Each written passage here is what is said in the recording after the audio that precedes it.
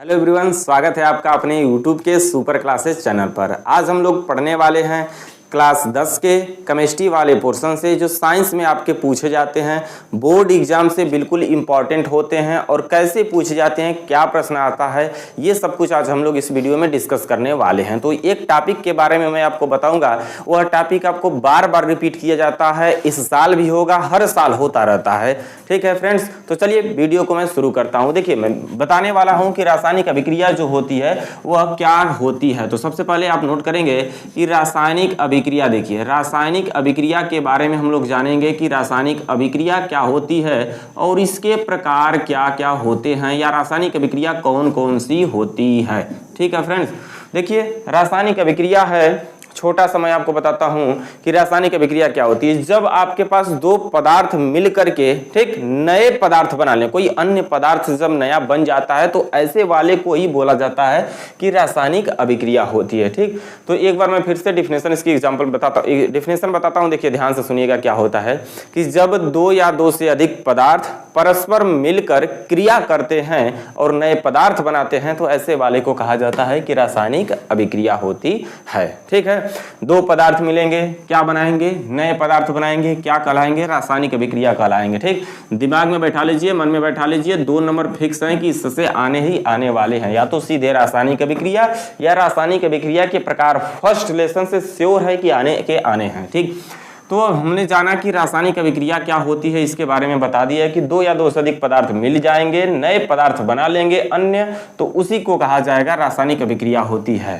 ठीक, और ऐसे स्थिति में जो पूरे प्रोसेस होता है, जो पूरा कार्यक्रम होता है, जो पूरी प्रक्रिया होती है, उस प्रक्रिया को कह दिया जाता है कि रासायनिक समीकरण होते हैं। जैसे एक एग्जाम्पल के माध्यम से आपको बताते हैं। देखिए एग्जाम्पल है, देखिए फ्रेंड्स, H2 है और N2 है। ठीक, ये दोनों लोग मिल करके बना रहे हैं NH3 बना रहे हैं, जो कि आपकी इक्वल नहीं, आपके हम बैलेंस नहीं है। ये समझिएगा, समझाना इसमें क्या है। दो लोग इधर थे, दो पदार्थ हैं, दो या दो से अधिक हमने क्या कहा पदार्थ होंगे मिलकर, ये अनिवार्य नहीं कि कहीं पदार्थ बना, कोई नया पदार्थ बनने चाहिए। दो लोग मिले, नया पदार्थ बना, क्या कहलाएगी, अभिक्रिया कहलाएगी। ठीक, कौन सी अभिक्रिया, रासायनिक अभिक्रिया। जब इसी तीर के ऊपर, इसी एरो के ऊपर जब हम लोग डेल्टा लगा दें, ठीक, या फिर इसके ऊपर क्या लगा दें, कोई न कोई दाब लगा दें। ठीक, जैसे कह दिया जाए कि एटीएम हो गया। ठीक, तो इस स्थिति में, या फिर यहां लगा सकते हैं आप कि दाब लगा दें, ऐसे दाब लिखा हुआ मिल जाए, या फिर आपको ताप लिखा हुआ मिल जाए, तो इस स्थिति में इस पूरे प्रोसेस को बोला जाता है, क्या बोलते हैं, रासायनिक समीकरण बोलते हैं। ठीक, ये होता है पूरा रासायनिक समीकरण, और ये होते हैं आपकी क्या, रासायनिक अभिक्रिया होती है। इसमें कितने लोग आते हैं, दो लोग आते हैं, जो आपके इक्वल के पहले होते हैं, इनको बोला जाता है, ये होते हैं अभिकारक। ये क्या होते हैं, ये होते हैं अभिकारक, या फिर इनको रिएक्टेंट बोल दीजिए। ठीक, और ये जो होते हैं इक्वल के बाद वाले, जो नया पदार्थ आपका बनता है, इसको बोला जाता है उत्पाद बोलते हैं, या फिर आप इसको क्या बोल दीजिए, प्रोडक्ट बोल सकते हैं। एनसीईआरटी वालों ने इसके देखिए दूसरा नाम क्या रख दिया है कि अभिकारक जो होते हैं, इसको नाम रख दिया है क्रियाकारक। क्या नाम रखा है इसका, क्रियाकारक नाम रख दिया है। ये होते हैं क्रियाकारक, और इसको बोल रखा है क्रियाफल, इसको बोल रखा है। ठीक, क्रियाफल होते हैं, तो याद रखिएगा, क्रियाकारक होते हैं और क्रियाफल होते हैं। इन्हीं लोगों को जो मिलकर बनते हैं उसी को कहा जाता है क्या, रासायनिक समीकरण कहते हैं। ठीक, या रासायनिक अभिक्रिया कहते हैं, दोनों बात कह सकते हैं। ठीक, तो बिल्कुल समझ जाइए। अब हम लोग जानने वाले हैं कि रासायनिक अभिक्रिया जो होती है, इसके प्रकार क्या होते हैं, कैसे कैसे होते हैं, सब कुछ जानने वाले हैं। तो चलिए एक एक करके मैं बताता हूं, फिर उसके बाद हम लोग एक एक करके विस्तार पूर्वक पढ़ेंगे इसमें क्या क्या होता है। तो सबसे पहले मैं फर्स्ट बताता हूं कि रासायनिक अभिक्रिया जो होती है, वह उनमें से एक आपका आता है संयोजन अभिक्रिया। कौन सी अभिक्रिया, संयोजन अभिक्रिया होती है। अभिक्रिया याद रखिएगा, कौन सी अभिक्रिया हमने बताया, संयोजन अभिक्रिया। तो टोटल अभिक्रिया कितनी होती है, टोटल होती है 5। पांचों के अंतर्गत सब कुछ मैं बता दूंगा। देखिए, ठीक, दूसरा होता है, दूसरी अभिक्रिया को बोला जाता है वियोजन अभिक्रिया। वियोजन अभिक्रिया बोलते हैं, वियोजन अभिक्रिया। या फिर आप इस अभिक्रिया का नाम ले सकते हैं, इस अभिक्रिया का नाम ले सकते हैं अपघटन, ले सकते हैं अपघटन अभिक्रिया भी नाम इसका ले सकते हैं। इसको आप ले सकते हैं योगात्मक अभिक्रिया नाम से भी ले सकते हैं, योगात्मक अभिक्रिया, या फिर योग अभिक्रिया नाम से भी इसको जाना जाता है। ठीक, तीसरी देखिए, तीसरी जो सबसे बड़ी अभिक्रिया आपकी होती है, ये अभिक्रिया है इसकी, ठीक, विस्थापन। किस नाम से जानते हैं, विस्थापन। तो बच्चे काफी कंफ्यूज होते हैं इसमें कि विस्थापन अभिक्रिया, तो विस्थापन को ही बोला जाता है, कहीं कहीं आपको ये भी मिलेगा प्रतिस्थापन अभिक्रिया। क्या होती है? प्रतिस्थापन अभिक्रिया होती है, प्रतिस्थापन अभिक्रिया। तो मैंने इसको भी नोट कर दिया कि प्रतिस्थापन अभिक्रिया आपकी क्या होती है, ये भी देख लीजिए। इसके सभी के बारे में डिस्कस किया जाएगा। ये हो गई आपकी अभिक्रिया। ठीक, देखिए 4 नंबर आता है, 4 पर होता है द्विविस्थापन अभिक्रिया। ठीक, कभी कभी इसके अंतर्गत भी बता दिया जाता है या अलग से भी बोल सकते हैं। क्या होता है? द्विविस्थापन अभिक्रिया। द्विविस्थापन हो गई क्या? अभिक्रिया। याद रखिएगा, द्विविस्थापन अभिक्रिया। ठीक, 5 नंबर देखिए, 5वां सबसे ज्यादा इंपॉर्टेंट है और ये पेपर में तो हर साल सीधे डायरेक्ट पूछ लिया जाता है आपसे। ठीक, क्या होता है? इसका नाम है रेडॉक्स अभिक्रिया। पेपर में सीधे पूछा जाता है कि रेडॉक्स अभिक्रिया क्या होती है। तो रेडॉक्स अभिक्रिया याद रखिएगा कि बिल्कुल आपकी क्या है? इंपॉर्टेंट है, इंपॉर्टेंट। ठीक, बिल्कुल क्या है आपकी? इंपॉर्टेंट होती है। ठीक, तो ये थी आपके पास 5वीं अभिक्रिया। 5वीं अभिक्रिया के बारे में हम एक बार फिर से आपको बता देते हैं, जल्दी जल्दी देख लीजिए क्या होता है। रासायनिक अभिक्रिया क्या होती है? 2 या 2 से अधिक पदार्थ मिलकर जब नए पदार्थ बनाते हैं तो रासायनिक अभिक्रिया कहलाती है। रासायनिक अभिक्रिया कितने प्रकार की होती है? रासायनिक अभिक्रिया 5 प्रकार की होती है। संयोजन अभिक्रिया, वियोजन अभिक्रिया, विस्थापन अभिक्रिया, द्विविस्थापन अभिक्रिया और रेडॉक्स अभिक्रिया होती है। ठीक, आप बोल सकते हैं इसके जगह पर ऊष्माक्षेपी, ऊष्माशोषी भी आते हैं, लेकिन हम इसी के अंतर्गत बता देंगे कि ऊष्माक्षेपी क्या होता है, ऊष्माशोषी क्या होता है। ये भी अभिक्रिया इसी के अंतर्गत बता दी जाएगी। ठीक है, तो देखिए आगे हम एक एक करके अभिक्रिया के बारे में जानते हैं। तो देखेंगे आगे हम लोग पढ़ेंगे सबसे फर्स्ट जो अभिक्रिया होती है ये क्या होती है, इसके बारे में जानेंगे। नाम है अभिक्रिया का फ्रेंड्स संयोजन अभिक्रिया। क्या होती है? संयोजन अभिक्रिया क्या होती है, इसके बारे में जानेंगे। नाम से ही पता चलेगा कि संयोजन अभिक्रिया क्या है। संयोजन का मतलब एक तरीके से समझ लीजिए मिलना। ठीक, संयोजन का मतलब एक तरीके से समझिए क्या होता है? मिलना। अब जब 2 लोग मिलकर एक बनाए, ठीक, यानी हम 2 हमारे एक, ठीक, ऐसे बात समझिए। देखिए क्या संयोजन अभिक्रिया का मतलब होता है योगात्मक अभिक्रिया। योग होता है कि जब 2 लोग मिलकर के, ठीक, एकल उत्पाद का निर्माण करते हैं। क्या होगा फ्रेंड्स? देखिए, जब 2 या 2 से अधिक अभिकारक, कितने? जब 2 या 2 से अधिक क्या होंगे? अभिकारक होंगे। जब 2 या 2 से क्या हो गए? अधिक अभिकारक मिलकर कितने उत्पाद बनाएं? मिलकर जब एक उत्पाद बनाते हैं तो ऐसे वाले को ही क्या कहा जाता है? ऐसे वाले को कहते हैं संयोजन अभिक्रिया। बात समझ में आई? ठीक, फिर से सुनिए। 2 या 2 से अधिक क्या होंगे? अभिकारक होंगे। कितने उत्पाद बनाएंगे? एक उत्पाद बनाएंगे। ऐसे वाले को क्या कहा जाता है? ऐसे वाले को कहते हैं संयोजन अभिक्रिया। दूसरा एग्जांपल देखिए, कार्बन को देखिए ऑक्सीजन की उपस्थिति में जला दिए तो क्या बन गया? बन गया आपका CO2। ठीक, कितने अभिकारक हैं भैया? 2 ठे हैं। कितने उत्पाद बने? एक बने। ऐसे वाले को क्या कहा जाएगा? संयोजन अभिक्रिया। 2 या 2 से अधिक अभिकारक मिलकर एकल उत्पाद का निर्माण करते हैं, क्या कहलाते हैं? संयोजन अभिक्रिया कहलाते हैं। बात समझ में आ गई? कितने अभिकारक? 2 अभिकारक। कितने उत्पाद? एक सिंगल अकेला उत्पाद बने। ऐसे वाले को कहा जाता है क्या? संयोजन अभिक्रिया। ठीक, दूसरा देखिए, दूसरा होता है वियोजन अभिक्रिया। दूसरी अभिक्रिया क्या होती है? वियोजन अभिक्रिया होती है। तो वियोजन अभिक्रिया क्या होती है इसको भी समझिएगा जरा। सेम इसी का विपरीत होता है। सेम क्या होता है? इसी का क्या होता है? विपरीत। अब कहेंगे विपरीत कैसे होता है? विपरीत यही होता है कि अभिकारक कितने थे? 2, उत्पाद कितने थे? 1। अब इसी को बदल देना, अभिकारक उत्पाद को बदलना है। क्या होगा कि जब एकल अभिकारक टूटकर अभिकारक कितने होंगे? 1 होंगे। ठीक, एग्जाम्पल CaOCO। ठीक, एग्जाम्पल देखिए, एग्जाम्पल है आपका CaCO है 3। ठीक, अब बताइए इसमें अभिकारक कितने हैं? 1 हैं। अब टूटकर कितने बनाएंगे? 2 बनाएंगे। क्या बनाएंगे? CaO और बनेगा CO2। कितने अभिकारक हैं? 1 अभिकारक टूटकर कितने उत्पाद बनाते हैं? 2 उत्पाद बनाते हैं। ऐसे वाले को बोला जाता है क्या? वियोजन अभिक्रिया बोलते हैं। फिर से सुन लीजिएगा परिभाषा कि जब एकल अभिकारक टूटकर 2 या 2 से अधिक क्या बनाए?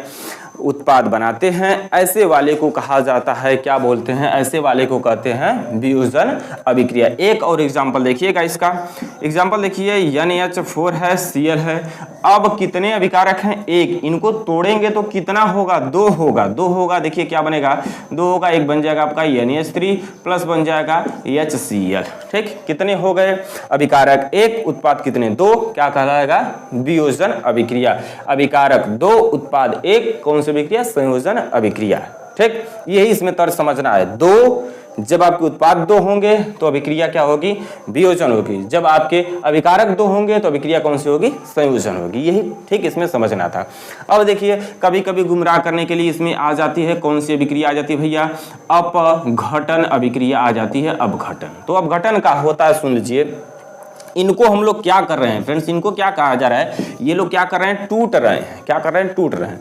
तो जब कभी भी अगर हम लोग ठीक इनको तोड़ते समय उष्मा का प्रयोग करें, क्या प्रयोग करें, उष्मा का, यानी ताप का प्रयोग करें, तो उस समय इस अभिक्रिया को बोला जाता है उष्मीय अपघटन। ठीक, उष्मा का प्रयोग करेंगे, ठीक, यानी उष्मा की उपस्थिति में इसको तोड़ रहे हैं, गर्म करके तोड़ रहे हैं किसी पदार्थ को, तो उसको बोला जाता है उष्मीय अपघटन। ठीक, अगर किसी को हम लोग तोड़े सपोज कि विद्युत धारा की उपस्थिति में, किसकी उपस्थिति में, विद्युत धारा की उपस्थिति में, तो इसको बोला जाता है विद्युतीय अपघटन या विद्युत अपघटन। ठीक, याद रहे।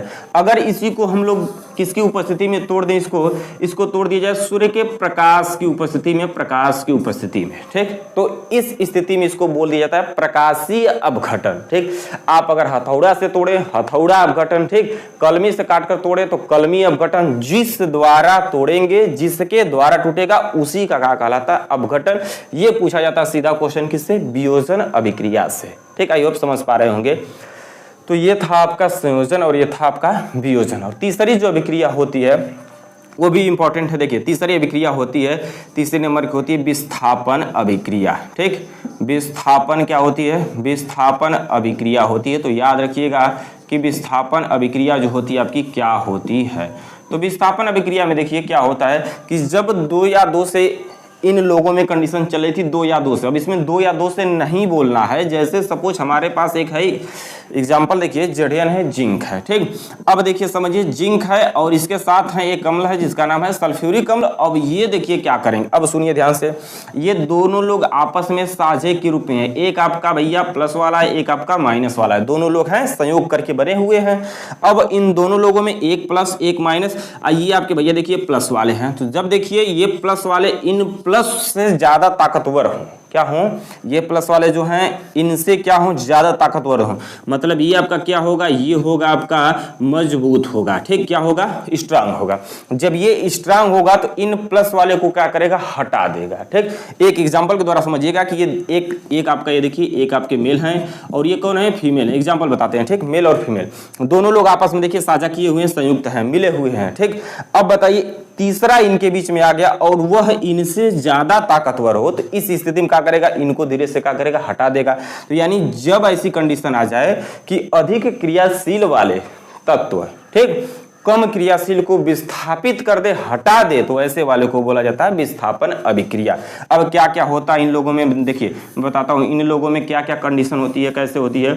अब बताइए हाइड्रोजन से भैया अधिक मजबूत कौन है, आपके जेडियन है। ठीक, जिंक है, तो जिंक क्या करेंगे, हाइड्रोजन को हटा देंगे तो क्या बनेगा, जेडियन SO4 और प्लस क्या बन जाएगा, आपकी हाइड्रोजन गैस बाहर हो गई। ठीक, तो जब अधिक क्रियाशील वाले तत्व कम क्रियाशील वाले तत्वों को विस्थापित कर दें तो ऐसी स्थिति में बोला जाता है कौन सी अभिक्रिया, विस्थापन अभिक्रिया। बात समझ में आई, बिल्कुल बात समझ में आ गई होगी कि विस्थापन अभिक्रिया क्या होती है। जब अधिक क्रियाशील वाले तत्व कम क्रियाशील वाले तत्वों को विस्थापित कर देते हैं तो ऐसी वाली अभिक्रिया क्या कहलाती है, विस्थापन अभिक्रिया कहलाती है। अब आप जानेंगे कैसे कि कौन भैया मजबूत हैं, कौन हमसे मजबूत है, जानेंगे कैसे, ये आपके आते हैं सक्रियता श्रेणी से। किससे आते हैं, सक्रियता श्रेणी से आते हैं। सक्रियता श्रेणी आपने पढ़ा होगा या नहीं मिला होगा, सक्रियता श्रेणी के बारे में हम बता देंगे। ठीक, उसको ऑलरेडी दे देंगे या फिर आपको साइड में सक्रियता श्रेणी दिख जाएगी। क्या होती है, इसमें जितने लोग हाइड्रोजन से ऊपर होंगे, ठीक, जितने लोग हाइड्रोजन से ऊपर होंगे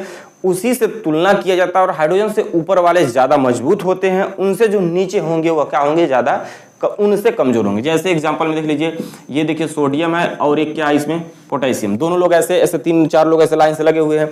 अब इसमें से ऊपर कौन है, सोडियम है, नीचे कौन है, पोटेशियम है। तो सोडियम पोटेशियम से ज्यादा मजबूत होगा, ठीक। जो इस सक्रियता श्रेणी में, सजातीय श्रेणी कहते हैं, सक्रियता श्रेणी कहते हैं, वैद्युत रासायनिक श्रेणी कहते हैं, इसमें जो ऊपर होंगे वह लोग क्या होंगे, मजबूत होंगे, ठीक। तो इसमें जड़ियन आपका क्या होता है, हाइड्रोजन से ऊपर होता है, इसलिए क्या है, मजबूत है। तो जो मजबूत होगा या जो अधिक क्रियाशील होगा वह क्या करेगा, कम क्रियाशील वाले को हटा देगा, विस्थापित कर देगा। इसी को कहते हैं क्या, विस्थापन अभिक्रिया कहते हैं, ठीक। आई होप कि समझ पा रहे होंगे। अब हम लोग पढ़ते हैं द्विविस्थापन यानी डबल डिस्प्लेसमेंट अभिक्रिया क्या होती है, इसके बारे में चर्चा किया जाता है।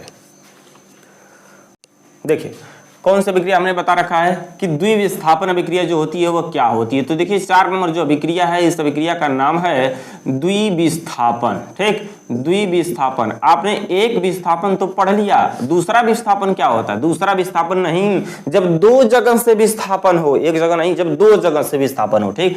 एग्जाम्पल देखिएगा, 2 जगह से विस्थापन कैसे होता है, इस बात को ध्यान रखिएगा, ठीक। एक हमारे पास एग्जाम्पल आपके बुक से देखिए क्या है, BaCl2 है और प्लस हमारे पास देखिए क्या है, BaCl2 के साथ देखिए H2SO क्या है, 4 है, ठीक।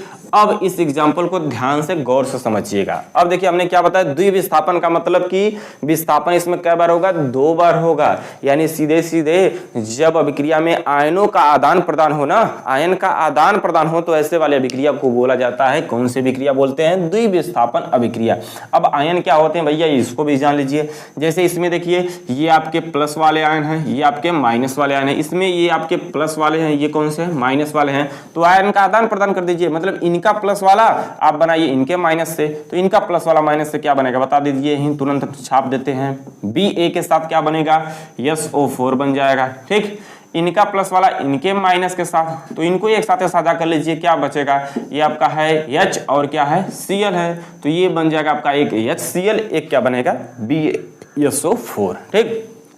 आयन का आदान प्रदान कर दीजिए, BaS तो हो गए 4, अब प्लस क्या होंगे, HCl, बराबर करने के लिए, बैलेंस करने के लिए 2। इसके पहले वाले में भी अगर बैलेंस नहीं होगा तो बैलेंस आप कर लीजिएगा, ठीक। तो हमने क्या बताया कि कैसी अभिक्रिया होगी, जब अभिकारक में क्या होंगे, आयन जो होंगे उनको बदल दिया जाए, 2 बार विस्थापन, यहाँ इनका विस्थापन हो जाए, ठीक, इनके साथ, इनका इनके साथ कर लीजिए, इनका इनके साथ कर लीजिए, तो ऐसे वाले को बोलते क्या है, ऐसे वाले अभिक्रिया को बोला जाता है द्विविस्थापन अभिक्रिया, ठीक। बात समझ आई। ऐसी अभिक्रिया जिसमें आयनों का क्या हो, आदान प्रदान हो, ऐसी वाली अभिक्रिया को बोला जाता है क्या, द्विविस्थापन अभिक्रिया बोलते हैं, ठीक। बिल्कुल बात समझ में आई। अगली अभिक्रिया देखिए क्या होती है, 5 नंबर अभिक्रिया। और इस 5 नंबर अभिक्रिया से पहले थोड़ा सा हम आपको ये बता दें, 2 इसके अंतर्गत अन्य अभिक्रिया बता दें। एक आपको बता दें कि ऊष्माक्षेपी, क्या बताएं, एक ऊष्माक्षेपी अभिक्रिया जान लीजिए, और इसी में जान लीजिए कि कौन सी अभिक्रिया, आप जानिए ऊष्माक्षेपी, और एक ऊष्मा क्या होती है, शोषी, ठीक। दोनों अभिक्रिया के बारे में थोड़ा सा चर्चा कर लेते हैं। ऊष्माक्षेपी का मतलब ऊष्मा फेंकी, छेपी का मतलब क्या समझिए, फेंकी, ठीक। अब ऊष्मा छेपी वाली जो अभिक्रिया होती है ना, वह क्या होती है कि ऐसी रासायनिक अभिक्रिया जिसमें ऊष्मा उत्पन्न होती है, ठीक, या ऊष्मा उसमें से निकलती है, ऐसे वाले को बोला जाता है ऊष्माक्षेपी, ठीक।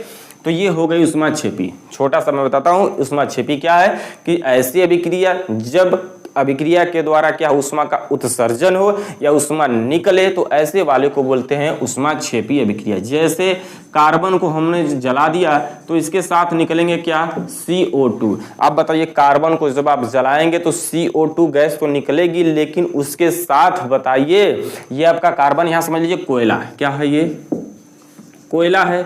अब बताइए आप कोयले को जलाएंगे तो केवल उसमें से क्या कार्बन डाइऑक्साइड निकलेगी, नहीं, उसके साथ तो गर्म भी रहेगा, ताप भी रहेगा। तो ऐसी स्थिति में इसको बोलते क्या है कि ये अभिक्रिया जो हो रही है, कौन सी हो रही है, ऊष्माक्षेपी हो रही है। जिस पर आप लोग देखिए गाठी समोसा बनाते हैं, ठीक, गठिया समोसा अगर आप लोग बना रहे हैं किसके द्वारा, कोयला के द्वारा, तो उसमें कौन सी क्रिया करा रहे हैं, आप याद रखिएगा, ऊष्माक्षेपी होती है, ठीक।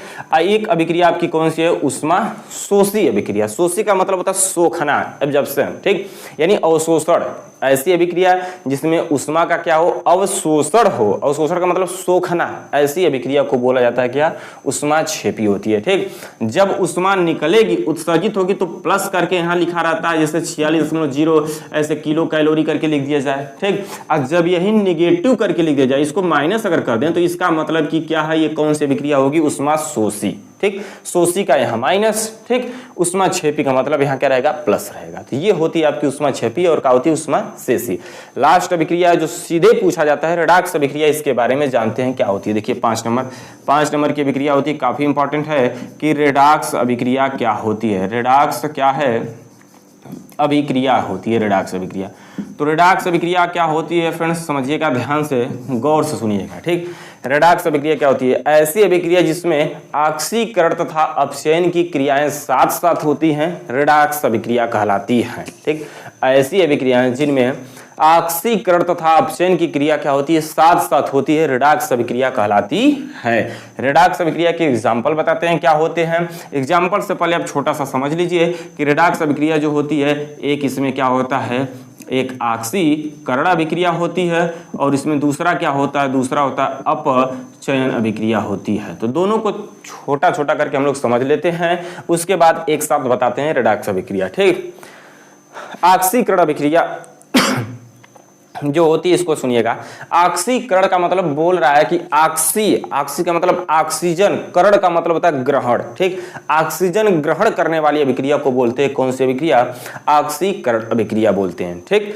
सेम इसी के विपरीत अपोजिट बोलेंगे कि ऑक्सीजन को यदि आप त्यागें, हटाएं, तो ऐसे वालों को बोला जाता है अपचयन अभिक्रिया होती है, ठीक। सेम इसी अभिक्रिया की दूसरी तरीके से परिभाषा क्या होती है, दूसरे तरीके से होती है जब हाइड्रोजन का वियोग होगा तो उसे कहा जाता है ऑक्सीकरण अभिक्रिया, और जब हाइड्रोजन का योग हो तो उसे कहते हैं कौन सी, अपचयन अभिक्रिया। आपको समझना है कि अपचयन में हाइड्रोजन का क्या होता है, हाइड्रोजन का होता है योग, याद रखिएगा, ठीक। इसमें इसका योग, तो इसमें क्या होगा, इसका वियोग होगा, ठीक। अब इसमें किसका योग होता है, इसमें ऑक्सीजन का क्या होता है भैया, इसमें ऑक्सीजन का होता है योग, ठीक।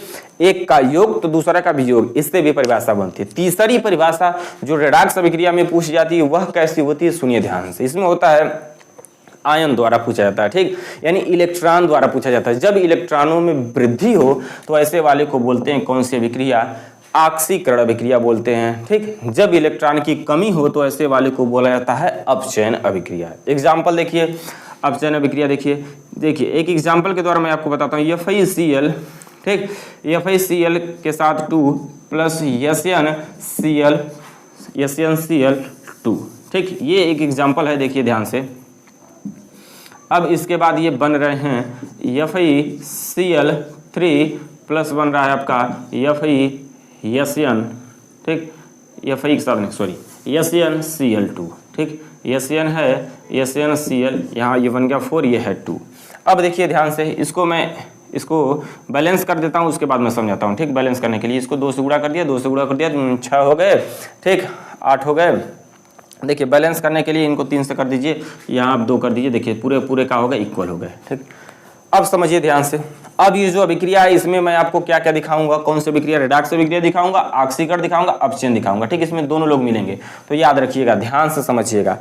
अब देखिए इसमें आप कहेंगे कि ना ही आपने बताया ऑक्सीजन का, ऑक्सीजन भी नहीं मिल रहा है, ना ही आपने बताया हाइड्रोजन का, तो हाइड्रोजन भी नहीं मिल रहा है। तो भैया हमने ये भी बताया कि आयन का भी तो बताया, आयन की वजह से, तो आयन में जब वृद्धि होगी उसे ऑक्सीकरण कहते हैं, कमी वाले को कहते हैं कौन सी अभिक्रिया कहते हैं, अपचयन कहा जाता है, ठीक। तो अब देखिए ऐसी स्थिति में क्या करते हैं, जैसे हमारे पास Fe का मेला किन से मिल रहा है, मेल या जोल कहते हैं, जैसे मेल जोल किन का मिला, मतलब इनकी शकल इनके जैसे मिल रही है तो इनको एक साथ कर लीजिए, इनकी शकल किन से मिल रही है तो इनको एक साथ कर लीजिए आप, ठीक। शकल पर जाइएगा यहाँ। अब देखिए ध्यान से, Fe देखिए यहाँ Cl जो है, Cl के पास संयोजकता कितनी, आप समझिएगा। तो Fe Cl की हमेशा एक होगी, Cl की एक होगी, Cl की एक होगी, Cl की एक होगी, ठीक। अब Cl के पास जितने संख्या में गुणा किया जाएगा वह होती है संयोजकता फेरस की। इसके पास जितने से गुणा किया गया यह संयोजकता है Sn की, यानी टीन की। इसके पास जितने से गुणा किया गया वह है इसकी, इसके पास गुणा किया गया यह है इसकी, ठीक। आपको समझना है कि ये संयोजकता जो होती है ना एक दूसरे के विपरीत वाले पर होती है। तो यहाँ बताइए फेरस की संयोजकता है कितनी, 3, अंधा भी बता सकता है कितनी है, 3 है। यहाँ बताइए इनके पास कितने हैं, 2 हैं, तो 2 नोट कर लीजिए। यहाँ इनके पास कितने हैं, 2 हैं, नोट करिए। यहाँ देखिए Sn की कितनी है, 4 है, इसको नोट कर लीजिए।